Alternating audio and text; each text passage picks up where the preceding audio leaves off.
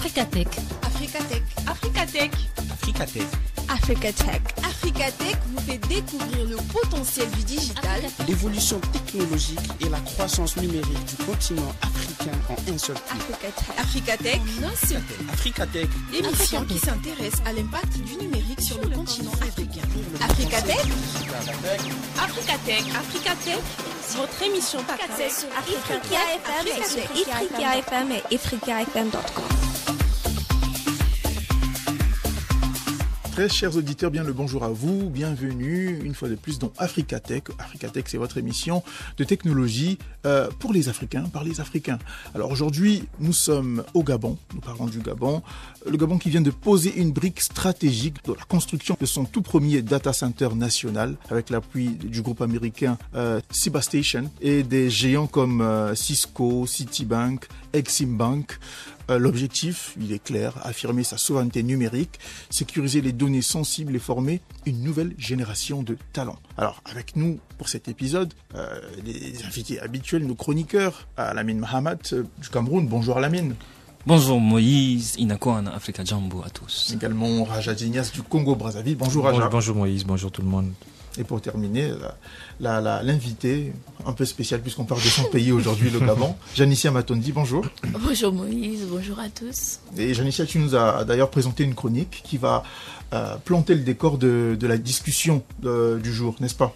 Oui. Alors, c'est à toi. Africatech. La minute décryptage. La minute décryptage. Analyse et commentaires sur le digital. Africatech. Bonjour à tous, ici Matondi Janicia pour la minute décryptage. Cette semaine, on s'intéresse au Gabon, qui vient de lancer la construction de son tout premier data center national. Mais au fait, un data center, c'est quoi? Un data center ou centre de données, c'est un bâtiment sécurisé où sont hébergés des serveurs informatiques. Ce sont eux qui stockent, traitent et protègent les données numériques. Documents administratifs, bases de données, fichiers multimédia ou encore applications web. En résumé, c'est un peu le cerveau numérique d'un pays ou d'une entreprise. Alors, pourquoi c'est si important pour le Gabon? Parce qu'aujourd'hui, la plupart des données africaines sont hébergées à l'étranger, souvent en Europe ou aux États-Unis.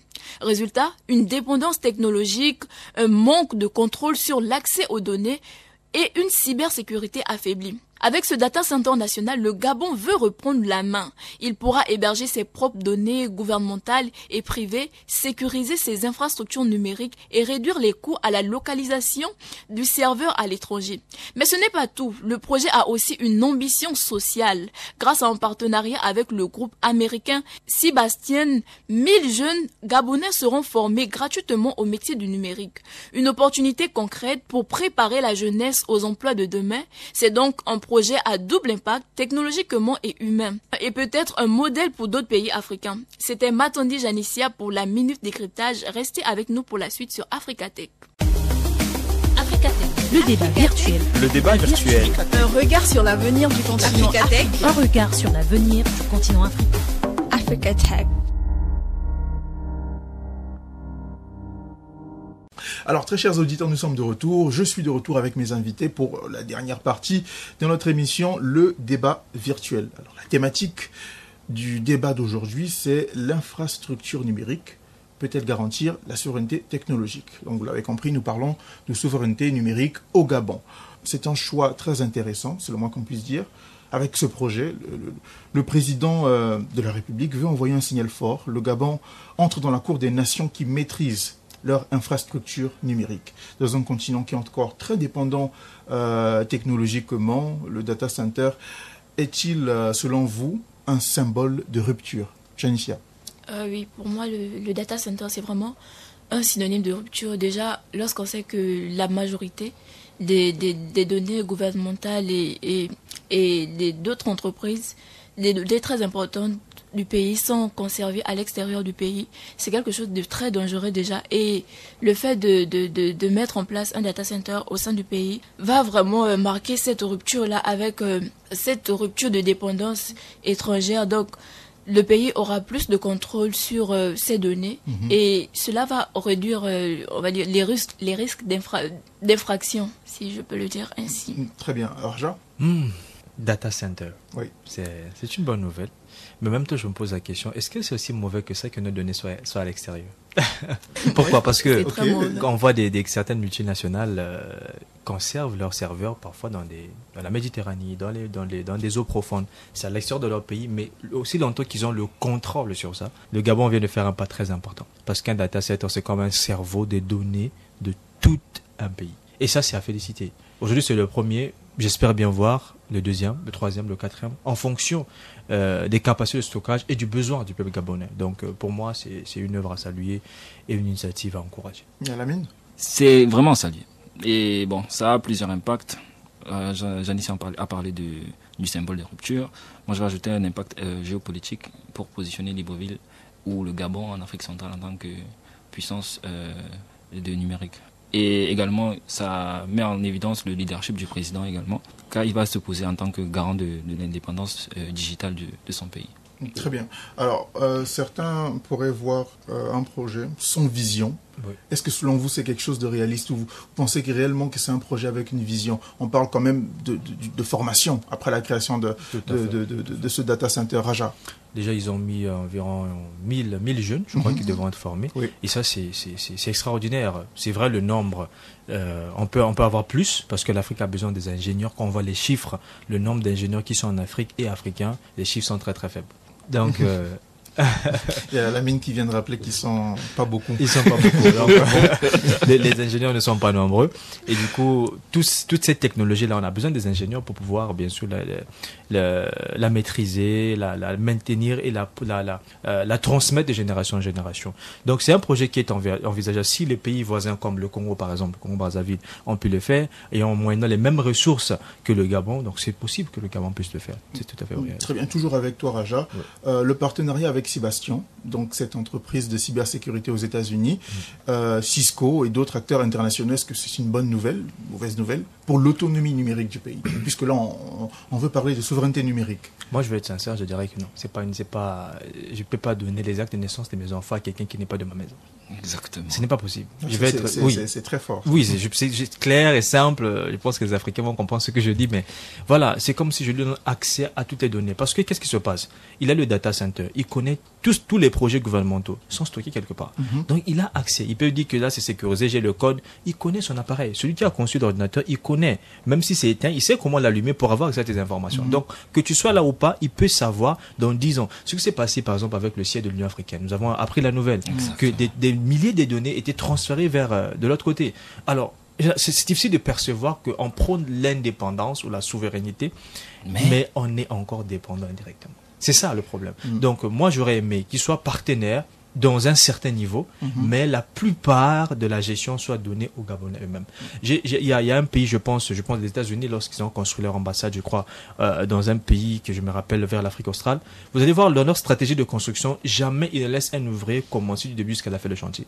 Il est là peut-être pour 2 semaines, après il part à un autre. Même qu'il soit compétent ou pas, il doit partir. Il ne peut pas rester là pour voir comment la structure se fait du début jusqu'à la fin, parce que c'est un pays. Il y a des secrets qu'il ne peut pas connaître. Ils sont obligés de faire des rotations pour les questions de sécurité nationale. Alors, si c'est là un bâtiment, à plus forte raison des données personnelles. On connaît les données du président, sa famille, on a tout entre les mains. Donc, quand on va faire des élections, des campagnes, bien sûr que ces données peuvent être utilisées, vendues à des fins qu'on ne sait pas. Des agences de marketing, des agences de communication. Pour l'espionnage aussi, la manipulation. C'est possible. Et même dans des clauses qu'on va signer, parfois on ne dit pas tout. On nous présente juste la façade, mais ce qui est vraiment derrière, combien de contrats coloniaux existent encore jusqu'à aujourd'hui? Si on va en profondeur, on va se rendre compte que le pays a été vendu pour 100 ans. Mais on ne cite pas ça, la population ne connaît pas. Donc on nous sommes en train parfois d'être victimes des choses que nous ne savons pas. Et ça, c'est très, très, très dangereux pour nous. Moi, je vais rejoindre la direct. Oui. Parce que même les sociétés qui sont privatisées chez nous, la plupart des sociétés, ils achètent des trucs pour 100 ans, pour plus de 100 ans. Même si c'est un projet, ils te construisent la chose, mais ils l'exploitent pour 100 ans. Ils l'exploitent pour 100 ans, après ça te revient. Après 100 ans, combien de données tu perds? Combien de données tu perds? Excuse-moi, quand ils font ça, par exemple, après 20 ans, 100 ans, et quand ils partent, généralement, on n'a pas la maîtrise de la technologie pour maintenir la chose. Et ça finit. On doit encore les faire appel pour venir. Et on reste perpétuellement dépendant. En fait, c'est une boucle. À chaque fois, sa répétition. La même chose pour le projet du Niger. À la fin des clauses du passeport, tu n'as plus accès à tes données si tu ne renouvelles pas le contrat. Et ça, c'est quelque chose de très... C'est dangereux, ça peut être très critique. Et je pense que l'un des exemples que n'importe quel pays africain doit suivre, c'est... Parmi les exemples plutôt que les pays africains doivent suivre, on peut citer le Sénégal. Le Sénégal qui a lancé son satellite en orbite. Et la particularité de ce satellite, c'est qu'il était construit de A à Z par des ingénieurs sénégalais, donc qui ont la maîtrise de la technologie, qui n'ont pas de dépendance particulière par rapport à d'autres puissances. C'est vrai qu'ils ont reçu l'aide au niveau des installations, mais la grande majeure partie du projet a été réalisée par le Sénégal. Et ça, c'est un exemple à suivre. Ça impose le respect, en fait. Tout à fait. Janicia, est-ce que tu veux réagir sur... Je pense qu'ils ont déjà été assez clairs par rapport à la question, étant donné que le fait que l'entreprise Sébastien puisse avoir la propriété sur les données du Gabon, c'est quand même quelque chose de très dangereux. Parce qu'à n'importe quel moment, en cas de conflit avec le pays ou l'entreprise, eux, ils peuvent mettre des conditions qui ne soient pas favorables pour le Gabon. Et dans ce cas-là, c'est le Gabon qui sera perdant parce que ils n'auront pas, on va dire quoi, cette autorité-là face à cette entreprise qui a la priorité, qui a l'autorité, on peut dire, sur leurs propres données. Donc, c'est vraiment quelque chose de dangereux. Et le pays veut sortir de la dépendance, mais en même temps, ils sont encore entrés dans la dépendance avec beaucoup de partenariats extérieurs inclus. Et en plus, tu fais un partenariat avec les États-Unis, la superpuissance du monde. À tous les points, tu seras perdant s'il y a un conflit. Oui. À tous les points, Très souvent, c'est ce qui se passe. Ouais, tu seras perdant. Mais j'aimerais aussi qu'on parle d'un autre point. On parle de la formation de 1000 jeunes. Donc, normalement, c'est censé lancer, on va dire, un processus d'inclusion de la jeunesse. On sait tous que la jeunesse gabonaise est très, très fortement représentée dans la population. Est-ce que c'est réaliste? Est-ce que c'est réaliste déjà de prévoir 1000 jeunes à former pour un tel projet?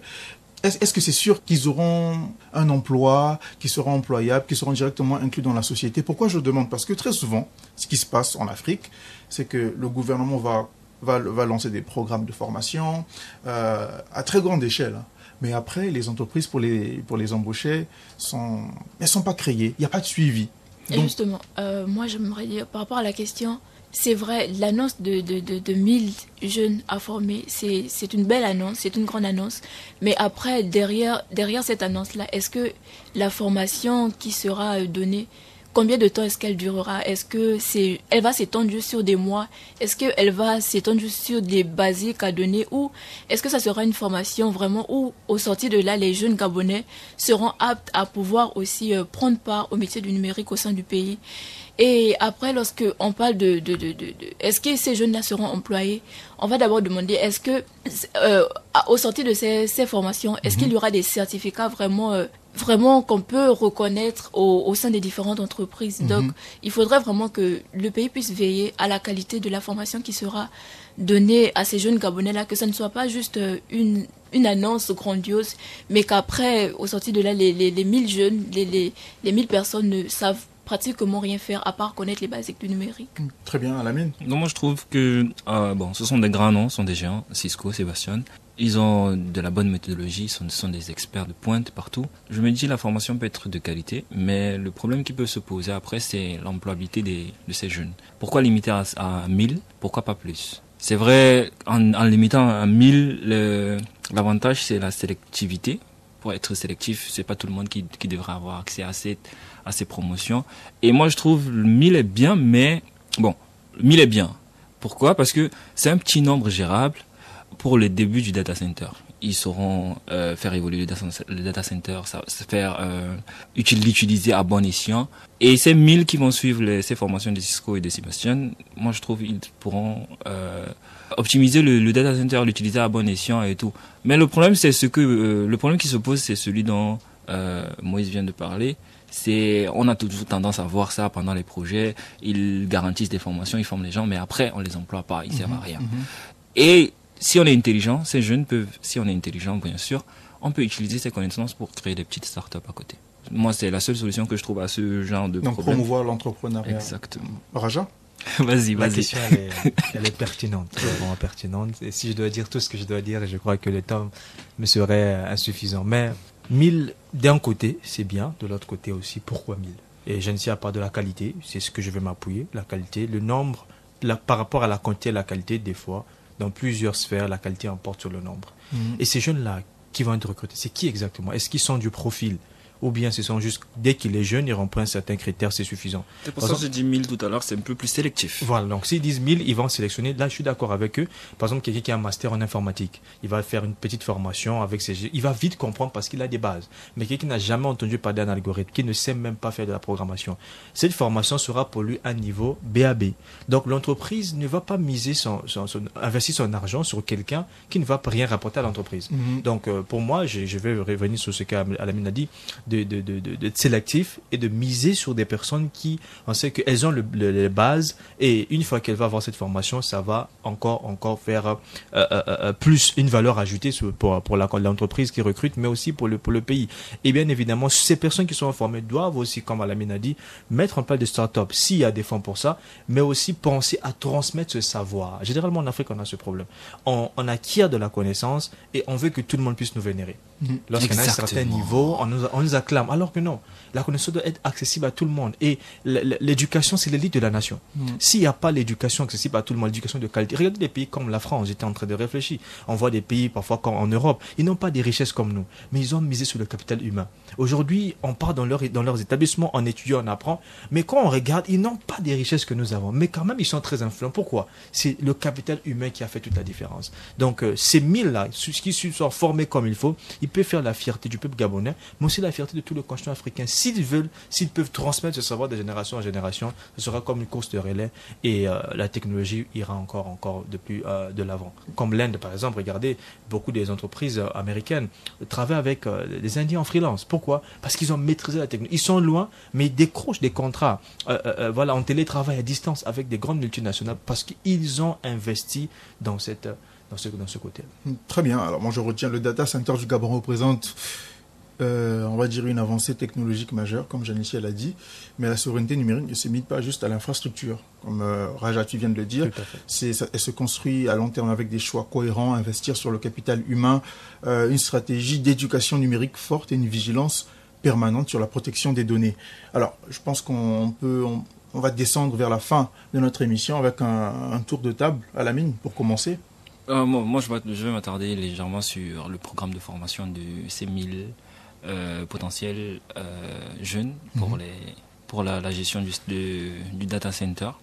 J'aimerais juste dire, ces jeunes, cette sélection doit d'abord être très sélective, comme Raja l'a mentionné. Et si le programme couvre des besoins de qualité, le cloud, cybersécurité, DevOps, si ces programmes de formation s'attardent dessus, ces jeunes n'auront pas que le diplôme ou bien l'attestation après cette formation. Même s'ils ne sont pas recrutés, ils peuvent beaucoup faire, juste avec de l'entrepreneuriat. Très bien. Raja? Mon mot de la fin sera mes félicitations au Gabon, au gouvernement gabonais pour cette initiative, parce que ça montre, comme Alamine l'a dit au début, le président vient de marquer un pas, déjà en ce qui concerne la souveraineté numérique au Gabon. Donc mes appréciations, et j'interpelle aussi ces jeunes-là qui sont comme des martyrs, qui vont apprendre pour la première fois, je peux dire, un programme officialisé par le gouvernement dans le sens de l'informatique, et ils ont la responsabilité de transmettre ça à d'autres générations. Très bien. Janicia, pour terminer. Pour moi, la volonté du pays d'être souverain est déjà là, avec le lancement du data center. Mais après, il faudrait aussi beaucoup miser, comme ils ont déjà commencé à le dire avec les 1000 jeunes. Il faudrait pouvoir miser sur le fait d'intégrer ces jeunes-là, étant donné que le data center, il fonctionnera 24 heures sur 24. Donc, les jeunes pourront être un pilier nécessaire pour participer à la souveraineté du pays en travaillant dans ce milieu-là pour pouvoir mieux gérer les données du pays, mieux superviser ce qui se passe. Et mieux se préparer également pour le futur. Voilà. Très bien. Alors, qu'est-ce qu'on doit retenir? Moi, je retiens que l'infrastructure, c'est la fondation, la formation, c'est le levier, et le partenariat, c'est l'équilibre à maîtriser. Exactement, à maîtriser. Pour que tout soit parfait. Le Gabon a fait un pari audacieux. Maintenant, il reste à transformer cet essai. Alors, je vous remercie d'avoir accepté de participer à ce numéro. Je remercie également les auditeurs de nous avoir suivis. Merci à M. Mohamed qui est toujours là à la réalisation de ce numéro. Et merci à toutes les personnes qui continuent de nous suivre, qui continuent de nous envoyer leurs réactions à travers nos réseaux sociaux, à travers nos différents programmes. Et on se dit à la semaine prochaine. Au revoir.